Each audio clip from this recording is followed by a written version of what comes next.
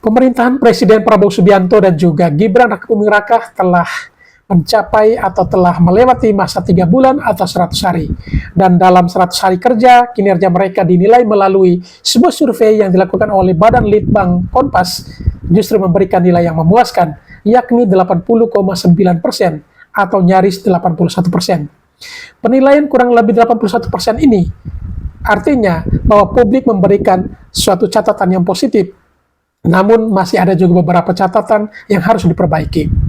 Tetapi bagi para pembenci yang selama ini menilai mereka dari sisi yang negatif, tentu tidak akan menerima hasil survei begitu saja. Ada mengait-ngait ke bahwa hasil survei dari Litbang Kompas ini merupakan sebuah bentuk pesanan dari pihak tertentu untuk mendongkrak elektabilitas atau juga popularitas kepemimpinan Prabowo dan juga Gibran ini. Dan tak tanggung-tanggung, 2 orang profesor bahkan menilai sesuatu yang negatif dalam perolehan yang diraih oleh Prabowo dan juga Gibran ini. Ada seorang profesor perempuan dari salah satu lembaga yang cukup ternama di tanah air juga memberikan pesan atau catatan bahwa keberhasilan Prabowo di 3 bulan atau 100 hari pertama ini itu tidak ada sangkut pautnya dengan kehebatan Jokowi. Ia menilai bahwa tidak ada peran Jokowi sama sekali dalam kepemimpinan Prabowo Subianto. Memang benar, karena saat ini Prabowo Subianto sudah menjadi presiden, bukan lagi menteri pertahanan ya. Kemudian ada juga salah satu profesor yang justru mendiskreditkan Gibran. Ia menilai bahwa keberhasilan 100 hari ini itu adalah kepemimpinan Prabowo. Dia tidak suka kalau sampai disebut dengan kepemimpinan Prabowo Gibran, karena menurutnya Gibran tidak ada apa-apanya dalam rezim ini, karena ia menilai bahwa Gibran hanyalah pelengkap. Dan ini adalah orang-orang yang memang datangnya dari para pembenci atau kritikus negatif yang sering memberikan catatan-catatan buruk dan juga sering menjatuhkan pihak tertentu. Apalagi yang mereka ketahui, Gibran itu adalah putra kandung dari mantan Presiden Jokowi yang selama ini mereka upaya untuk menjatuhkannya, namun sangat sulit. Dan untuk tidak berpanjang kata, kita langsung saja ke video-videonya.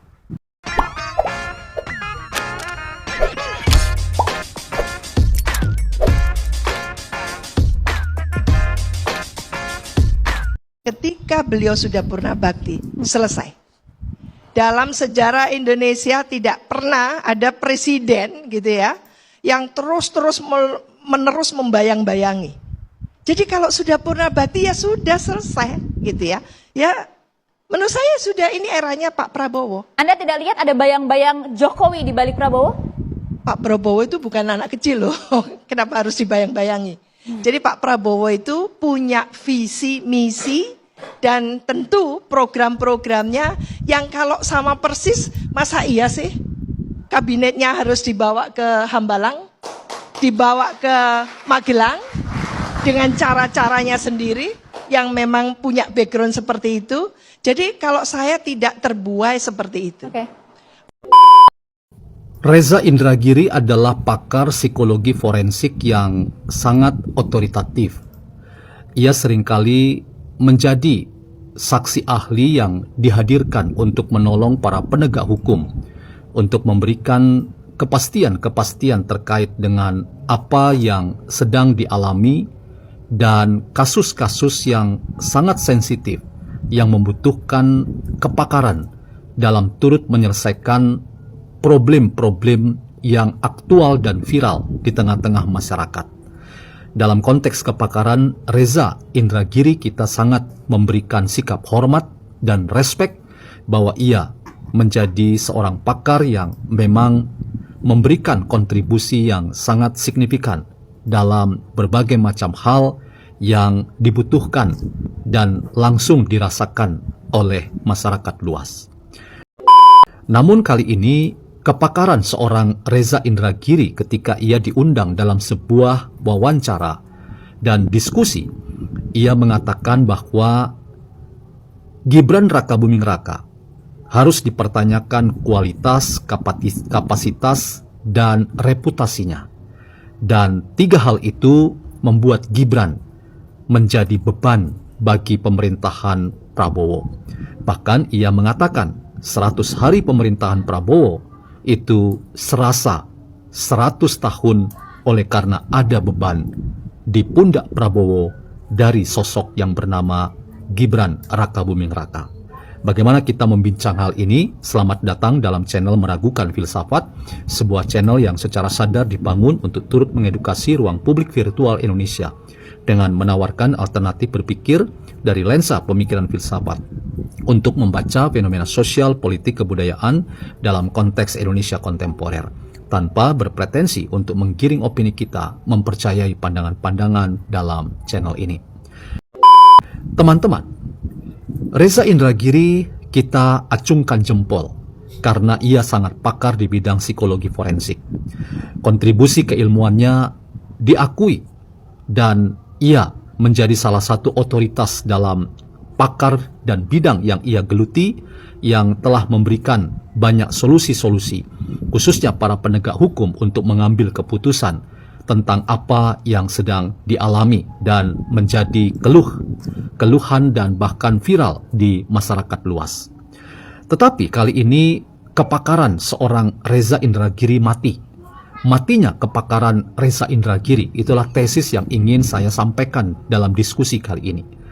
Ia mati dalam kepakarannya karena apa yang ia nyatakan sebagai evaluasi kritisnya terhadap dinamika politik tanah air kita ketika ia membedah isi kepala Gibran Rakabuming Raka, yang menurutnya Gibran justru menjadi sumber masalah dan beban bagi pemerintahan Prabowo. Itu sama sekali tidak mengedukasi kita.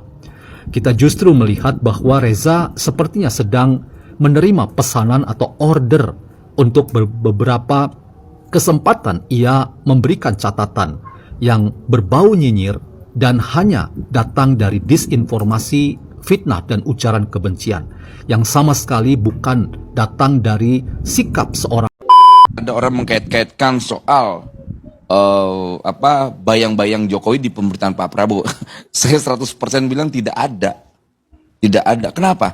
Karena Pak Prabowo, Pak Jokowi atau Pak Jokowi dan Pak Prabowo ini masing-masing punya sejarah masing-masing. Pak Jokowi pasti punya sejarahnya. Kemudian Pak Prabowo juga mau punya sejarah masing-masing. Mereka punya kesempatan membuat sejarah masing-masing. Sama kayak kita di aktivis 98. Ada aktivis 90, 80, 74 dan sebagainya. Kan punya sejarah yang beda-beda. Walaupun kedekatan sejarahnya nggak terlalu jauh, tapi mereka punya cetak sejarah masing-masing. 66, menumbangkan rezim Bung Karno, 74, Ariman, melawan apa, 80, 90, 98. Akhirnya 2000, tahun 2000 aktivitas kawan-kawan 2000-an. Ya kita punya semangat sejarah masing-masing lah. Karena memang itu kesempatan kita untuk membentuk sejarahnya dalam catatan sejarah kita. Jadi kalau dikaitkan Pak Jokowi masih bayang nggak mungkin 100%. Saya kan bagian dari itu. Saya bagian yang pendukung keras Jokowi sampai detik ini. Dan hari ini menjadi pendukung beratnya Pak Prabowo yang ditugaskan di Kementerian Tenaga Kerjaan. Mitos itu sebagian mungkin percaya, saya tidak. Saya tahu persis bagaimana Gibran jadi wakil presiden. Kagak penting banget. Orang, Bang Aep, lu gak percaya kagak penting banget. Lu bilang, lu tahu persis bagaimana Gibran jadi presiden. Seolah semua dialamatkan kepada Jokowi dan pamannya Usman. Lu lupa bagaimana partai-partai dan bagaimana pengakuan dari Bang Dasko bahwasanya yang meminta Gibran itu adalah Prabowo dan bagaimana pengakuan Prabowo ketika dia yang jadi presiden, bahwasanya yang men-setting dia jadi presiden, yang mempersiapkan dia jadi presiden adalah Pak D. Jokowi. Kemudian Pak Prabowo meminta Gibran sampai 5 kali.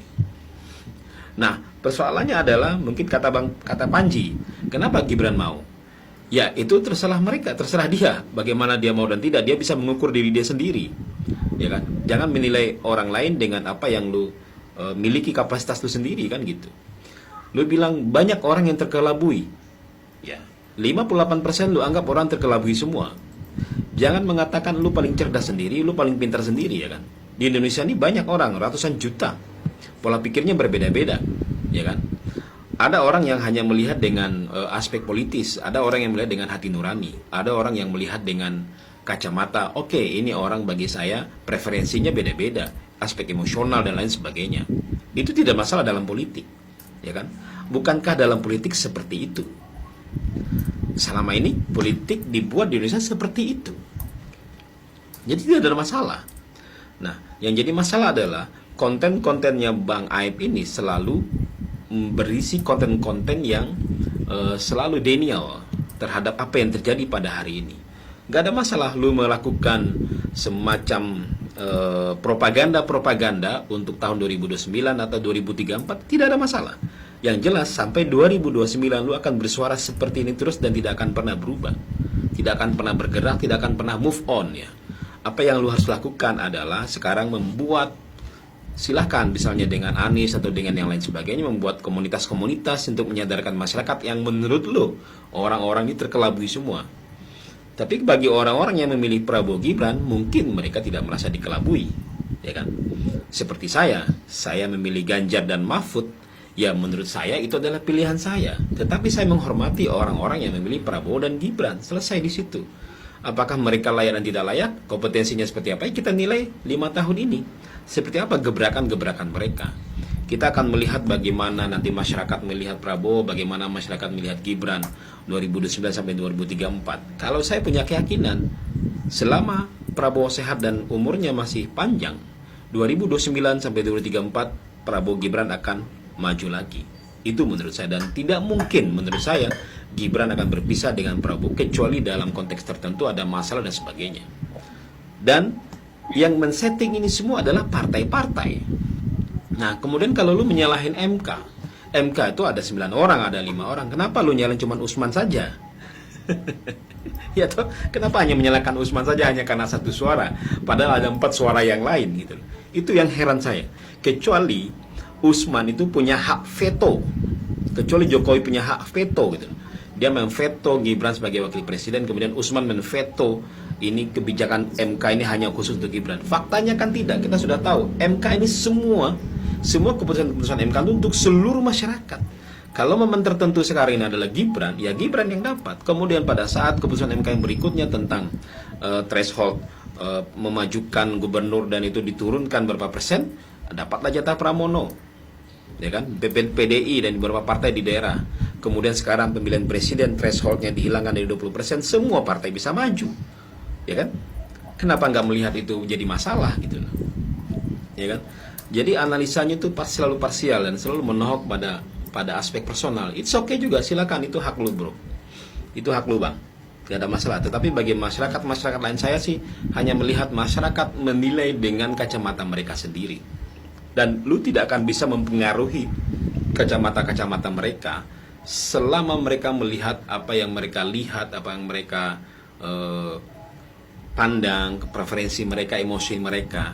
Itu tidak akan bisa berubah. Sangat susah sekali merubah itu. Ya kan? Kecuali suatu saat Bang Gibran melakukan sesuatu yang benar-benar memalukan. Nah, itu mungkin mereka akan terbuka matanya. Tapi selama 100 hari ini saya pikir bahkan banyak teman-teman yang mengatakan hari ini kita melihat Wapres itu ada gunanya.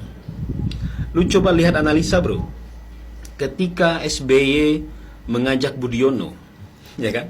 Ada nggak peran Budiono selama jadi Wapres? Kagak ada juga.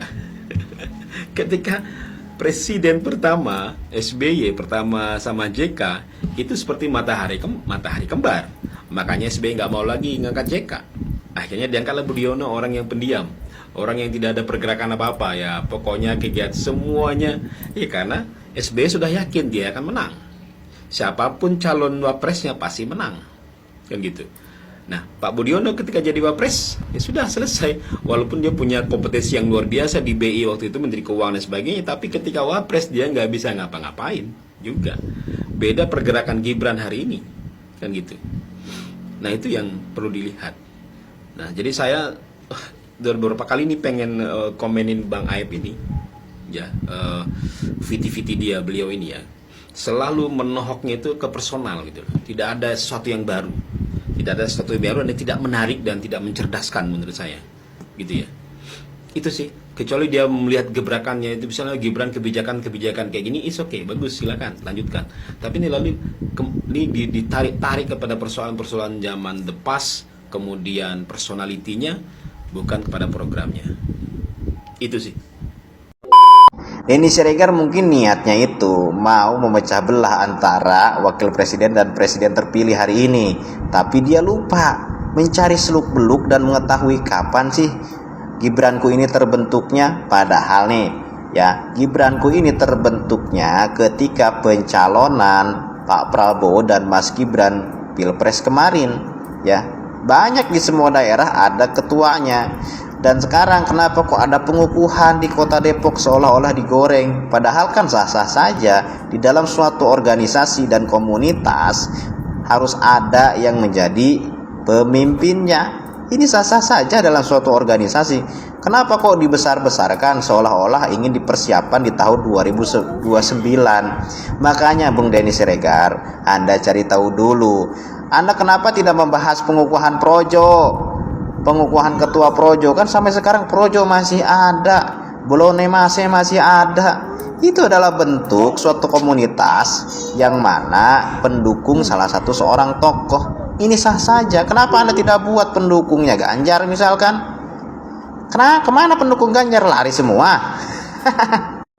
Ya elah, namanya juga diundang, udah dibilang diundang, sudah pasti kita sebagai tamu, ya terima beres. Ini tuh sama aja tugasnya Pak Prabowo sebagai presiden, diundang, ya dateng. Rakyatnya kesusahan, pemerintahnya joget-joget, ya Allah ya Robbi. Terus apa tugas dipilihnya gubernur, bupati, pemda-pemda setempat tuh gunanya apa kalau semuanya masih dipegang sama presiden? Itu kan ajudan-ajudannya gitu yang nyanyi ya. Repot lu, kata gue mah. Itu kan sudah ada pemerintah setempat dipilih tugasnya untuk mengamankan gimana kota yang dia pegang ini menjadi lebih baik. Kalaupun misalkan ada banjir, ya tugas dari Pemda setempat gimana nih kok bisa banjir, lu evaluasi, lu harus mikir solusinya kayak mana. Kalau semuanya diurus sama presiden, ngapain ada pemilihan gubernur? Ya ilangin aja semua.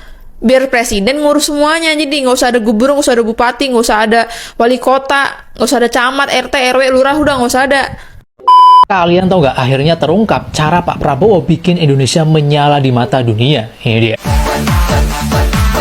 Di berbagai kunjungan Pak Prabowo ke luar negeri, saya selalu excited ketika melihat cara pidato Pak Prabowo ini. Yang pastinya beliau ini menggunakan prinsip-prinsip psikologi diplomatik yang luar biasa. Salah satunya pada momen lawatan kenegaraan ke India baru-baru ini, beliau mengatakan bahwasannya barusan tes DNA. Dan hasilnya menunjukkan bahwasannya Pak Prabowo ini ada genetik dari keturunan India. Lantas orang-orang di forum tersebut tertawa. Nah, trik psikologi yang digunakan oleh Pak Prabowo ini adalah personal connection melalui identifikasi budaya. Jadi pada saat para pemimpin India ini mendengar bahwasannya Pak Prabowo itu ada genetik India, mereka secara otomatis akan merasa lebih dekat secara personal dan menganggap bahwasannya Pak Prabowo ini ya bagian dari keluarga mereka, yang tentunya sudah pasti ini akan berefek pada mulusnya kerjasama antara Indonesia dan India. Hal yang sama juga dilakukan oleh Pak Prabowo ketika berada di circle bersama Presiden Meksiko, di mana Pak Prabowo ini mengatakan Viva Zapata, dan Presiden Meksiko terlihat sangat bahagia mendengar itu karena memang Zapata adalah tokoh yang sangat berpengaruh di negaranya. Ini adalah strategi psikologi diplomatik yang bernama mirroring linguistic, di mana Pak Prabowo ini sengaja nyeletuk bahasa lokal mereka yang tujuannya adalah membangun keterikatan emosional, dan pastinya ini akan berefek kepada hubungan bilateral negara juga. Nah, kalau Baik sahabat sekalian, itulah beberapa buah video yang coba saya reaksi pada kesempatan kali ini terkait dengan penilaian dari beberapa pihak menyangkut kinerja 100 hari kerja dari Presiden Prabowo Subianto dan juga wakilnya Gibran Raka Buming Raka. Dan kepada para sahabat sekalian yang mungkin ingin berkomentar, silakan tulis di kolom komentar. Dan bagi sahabat sekalian yang mungkin belum sempat memberikan dukungan untuk channel ini, mohon dukungannya dengan menekan tombol subscribe dan membunyikan tanda loncengnya. Sekian dan terima kasih, dan sampai berjumpa kembali di video selanjutnya.